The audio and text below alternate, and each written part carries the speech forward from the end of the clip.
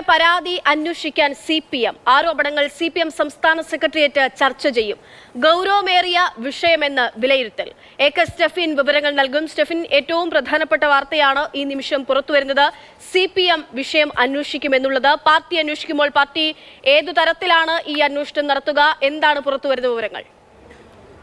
പക്ഷേ ഏതായാലും അതിഗുരുതരമായ ആരോപണങ്ങളാണ് കഴിഞ്ഞ ദിവസങ്ങളിലെല്ലാമായി PV അൻവർ ഉന്നയിച്ചുകൊണ്ടിരിക്കുന്നത്. അതിൽ പ്രധാന മുഖ്യമന്ത്രിയുടെ ഓഫീസിനെ തന്നെ പ്രതിക്കൂട്ടിലാക്കുന്ന തരത്തിൽ ഒരു നിലപാടിലേക്കാണ് PV അൻവർ എത്തി നിൽക്കുന്നത്. അതുമായി ബന്ധപ്പെട്ട് മുഖ്യമന്ത്രിക്ക് ഇന്നലെ പരാതി നൽകിയിരുന്നു. അതിനെ തുടർന്നാണ് ഈ പരാതി പാർട്ടി സെക്രട്ടറി ആയിട്ടുള്ള MV ഗോവിന്ദനെ ഇന്ന് അദ്ദേഹം കൈമാറിയത്. ഏറ്റവും പ്രധാനമായും അതിൽ പറയുന്നത് കൃത്യമായ ഒരു അന്വേഷണം നടക്കണമെന്നുള്ളതാണ്. ഏതായാലും പാർട്ടി അക്കാര്യത്തിൽ ഈ പരാതി അന്വേഷിക്കാനുള്ളൊരു തീരുമാനത്തിലേക്ക് എത്തുകയാണ്. വെള്ളിയാഴ്ച ചേരുന്ന സംസ്ഥാന സെക്രട്ടേറിയറ്റിലും ഈ കാര്യം ചർച്ച ചെയ്യും. അതിനുശേഷം ഇതിൻ്റെ അന്വേഷണ നടപടികളിലേക്ക് ഒരു പക്ഷേ പാർട്ടി കടക്കുമെന്നുള്ളതാണ് നമുക്ക് മനസ്സിലാക്കാൻ കഴിയുന്നത്.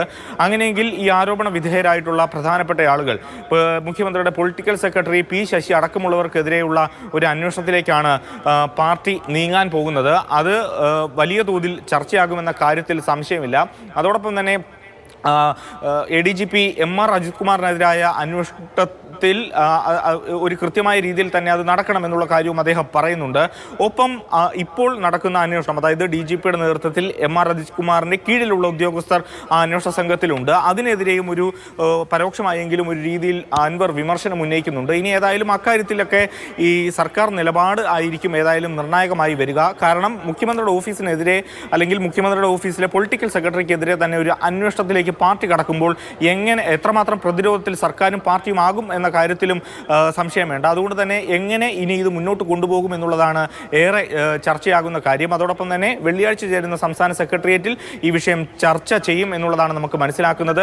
അങ്ങനെയെങ്കിൽ പൊളിറ്റിക്കൽ സെക്രട്ടറി സ്ഥാനത്തിരിക്കുന്ന P ശശിയുടെ സ്ഥാനം അദ്ദേഹത്തെ ഒരു പക്ഷേ മാറ്റി നിർത്തിക്കൊണ്ടോ അല്ലെങ്കിൽ ഏത് തരത്തിലുള്ള നടപടിയിലേക്കാണ് പാർട്ടി നീങ്ങുന്നത് എന്നുള്ളതാണ് ഏറെ ശ്രദ്ധേയമായ കാര്യം. കാരണം മുഖ്യമന്ത്രിയുടെ പൊളിറ്റിക്കൽ സെക്രട്ടറി എന്നൊരു പദവി അതൊരു രാഷ്ട്രീയ പദവിയാണ്, അല്ലെങ്കിൽ പാർട്ടി നിയോഗിച്ചു കൊടുത്തിരിക്കുന്ന ഒരു പദവിയാണ്. അതുകൊണ്ട് തന്നെ ഏത് തരത്തിൽ ഇവിടെ അൻവർ മാത്രമല്ല P ശശിക്കെതിരെയും ഒപ്പം തന്നെ ഇത്തരത്തിലുള്ള ആരോപണങ്ങൾ മുന്നോട്ട് വയ്ക്കുന്നത് കാരാട്ട് റസാഖ് സമാനമായിട്ടുള്ള പ്രതികരണം നടത്തുന്നത് നമ്മൾ കണ്ടു. പല കോണുകളിൽ നിന്ന് ഇത്തരത്തിലുള്ള പ്രതികരണങ്ങൾ ഈ നിമിഷം വരുന്നുണ്ട്. അതായത് സമ്മേളന കാലമാണ് പാർട്ടിക്ക്, പക്ഷേ പ്രതിസന്ധികളുടെ ഒരു സമ്മേളനം തന്നെയാണ് CPM-നെ സംബന്ധിച്ചിടത്തോളം ഓരോ ദിവസവും പുറത്തു വന്നുകൊണ്ടേയിരിക്കുന്നത്.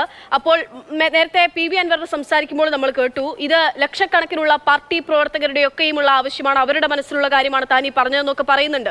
അപ്പോൾ അവരെയൊക്കെ ബോധ്യപ്പെടുത്തി മുന്നോട്ട് പോകേണ്ടതുണ്ട്. CPM-നെ സംബന്ധിച്ചിടത്തോളം ഒരുപാട് പ്രതിസന്ധികളുണ്ട്. ലോക്സഭാ തെരഞ്ഞെടുപ്പിലേക്ക് തിരിച്ചടിയിൽ തുടങ്ങി ഇപ്പോൾ വന്ന് നിൽക്കുന്നിടത്ത് വരെ. അപ്പോൾ ഏത് തരത്തിലായിരിക്കും ഇതിൽ ചർച്ച നടന്ന് മുന്നോട്ട് ഇക്കാര്യത്തെ കൊണ്ടുപോവുക? അത് എങ്ങനെയാകും?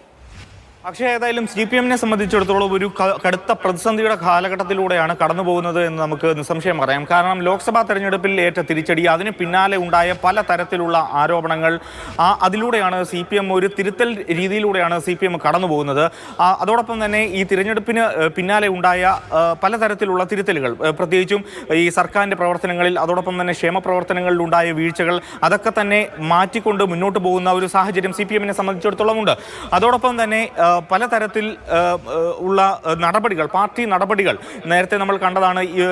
LDF കൺവീനർ സ്ഥാനത്ത് നിന്ന് EP ജയരാജനെ തന്നെ, ഏറ്റവും ശക്തനായ നേതാവിനെ തന്നെ മാറ്റി നിർത്തിക്കൊണ്ട് മുന്നോട്ട് പോകുന്ന ഒരു നിലയിലാണ് ഇപ്പോൾ പാർട്ടി ഏതായാലും മുന്നോട്ട് പോയിക്കൊണ്ടിരിക്കുന്നത്.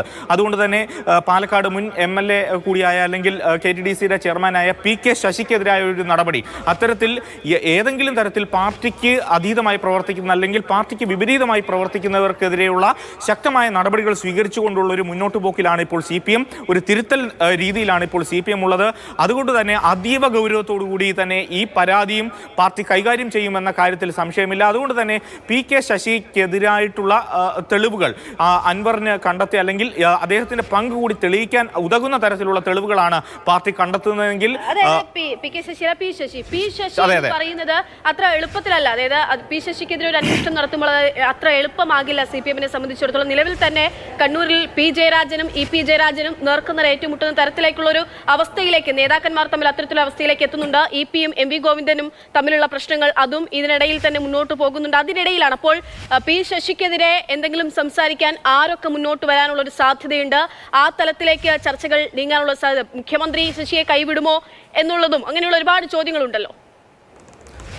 അതാണ് ഏറ്റവും പ്രധാനപ്പെട്ട ഒരു ചോദ്യം. ഇപ്പോഴും പി ശശിയെ സംരക്ഷിച്ച് നിർത്തുന്നത് പിണറായി വിജയന്റെ ഒരു നിലപാട് തന്നെയാണ് എന്ന കാര്യത്തിൽ സംശയമില്ല. കാരണം പാർട്ടി നടപടി നേരിട്ടുകൊണ്ട് 2011 പി ശശി കണ്ണൂരിലെ ജില്ലാ സെക്രട്ടറി സ്ഥാനത്ത് നിന്നും പുറത്ത് ആവുകയാണ്. അതിനുശേഷം വർഷങ്ങൾ, ഏതാണ്ട് 10 വർഷത്തോളം അദ്ദേഹം പുറത്തു നിൽക്കുകയാണ്.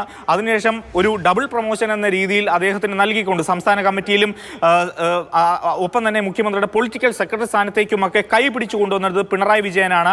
ആ ഒരു സംരക്ഷണം അദ്ദേഹത്തിന് ഇപ്പോഴും ഉള്ളത് കൊണ്ടാണ് പൊളിറ്റിക്കൽ സെക്രട്ടറി സ്ഥാനത്തേക്ക് ഇത്രയധികം ആരോപണം, പ്രത്യേകിച്ചും ഒരു ഭരണകക്ഷി MLA ഭാഗത്തു നിന്നടക്കം ഒരു ആരോപണങ്ങൾ ഉയർന്നിട്ടും അദ്ദേഹത്തിന് ഇപ്പോഴും നിൽക്കാൻ കഴിയുന്നത്. ഇനി ഏതായാലും അക്കാര്യത്തിൽ പാർട്ടി എന്ത് നിലപാട് സ്വീകരിക്കുമെന്നുള്ളതാണ് ഏറെ പ്രധാനപ്പെട്ട കാര്യം. ഞാൻ നേരത്തെ സൂചിപ്പിച്ചതുപോലെ തന്നെ പ്രകാശ് ജാവ്ദേക്കറും EP ജയരാജനുമായുള്ള ആ കൂടിക്കാഴ്ച, അതാണ് EP ജയരാജന്റെ കൺവീനർ സ്ഥാനത്ത് നിന്ന് നമുക്കറിയാം. EP ജയരാജൻ എന്ന് പറയുമ്പോൾ CPM-ലെ അല്ലെങ്കിൽ കേരളത്തിലെ ഏറ്റവും പ്രധാനപ്പെട്ട നേതാക്കളിൽ 5 പേരെടുത്തു കഴിഞ്ഞാൽ അതിലൊരാളാണ്. കണ്ണൂരിലെ മുഖ്യമന്ത്രി പിണറായി വിജയന് ശേഷമുള്ള ഏറ്റവും പ്രധാനപ്പെട്ട നേതാവാണ് EP ജയരാജൻ. ആ EP ജയരാജന് എതിരെ പോലും നടപടി സ്വീകരിച്ചുകൊണ്ട് മുന്നോട്ട് പോകുന്ന ആ ഒരു തിരുത്തൽ രീതിയിൽ മുന്നോട്ട് പോകുന്ന പാർട്ടിക്ക് മുന്നിലേക്കാണ് പി ശശിക്കെതിരായ അതിഗുരുതരമായ ആരോപണം ഇങ്ങനെ വരുന്നത്. അത് ഏത് രീതിയിൽ പാർട്ടി ഗൗരവമായി ചർച്ച ചെയ്യും അല്ലെങ്കിൽ എന്ത് നടപടി സ്വീകരിക്കും എന്നുള്ളതാണ് ഏറെ പ്രധാനപ്പെട്ട കാര്യം. ഏതായാലും അതിലേക്കൊക്കെയാണ് CPM കടക്കാൻ പോകുന്നത്. വെള്ളിയാഴ്ച ചേരുന്ന CPM സംസ്ഥാന സെക്രട്ടറി യോഗത്തിൽ ഏതായാലും ഈ കാര്യം ചർച്ചയാകും. പി ശശിക്കെതിരായിട്ടുള്ള വലിയ എതിർപ്പ്, വലിയ സമ്മർദ്ദം പാർട്ടിക്കകത്ത് തന്നെ ഉണ്ട് എന്നുള്ളതാണ് നമുക്ക് ഈ ഘട്ടത്തിൽ മനസ്സിലാക്കാൻ കഴിയുന്നത്. പി ശശിക്കെതിരെ സംസാരിക്കുന്നത് PV അൻവർ മാത്രമല്ല, പി ശശിക്കെതിരായിട്ടുള്ള പ്രശ്നങ്ങളുണ്ട്. CPM-നെ സംബന്ധിച്ചിടത്തോളം പ്രതിസന്ധിയുടെ ലിസ്റ്റ് നീളുക തന്നെയാണെന്ന് മനസ്സിലാക്കണം. ആ ഒരു ഘട്ടത്തിലാണ് അന്വേഷണം ഉണ്ടാകുന്നത്. P Sasi, PK Sasi, EP Jayarajan, M Mukesh തുടങ്ങിയിട്ടുള്ള നിരവധി വിഷയങ്ങൾ പാർട്ടിക്ക് മുൻപാകെയുണ്ട്. ഈ സമ്മേളന കാലം എന്തായാലും CPM-നെ സംബന്ധിച്ചിടത്തോളം അത്ര എളുപ്പമല്ല. പ്രതിസന്ധികൾ ഒന്നിനു പിന്നാലെ ഒന്നായി വന്നു ചേർന്നുകൊണ്ടേയിരിക്കുമ്പോൾ അപ്പോൾ സ്വാഭാവികമായിട്ടും സംസ്ഥാന സെക്രട്ടേറിയറ്റ് ഈ വിഷയം ചർച്ച ചെയ്യാൻ പോകുന്നു. പാർട്ടി CPM ഈ വിഷയം അന്വേഷിക്കുമെന്നുള്ള വാർത്തയാണ് ഈ നിമിഷം AK സ്റ്റെഫിൻ റിപ്പോർട്ട് ചെയ്യുന്നത്.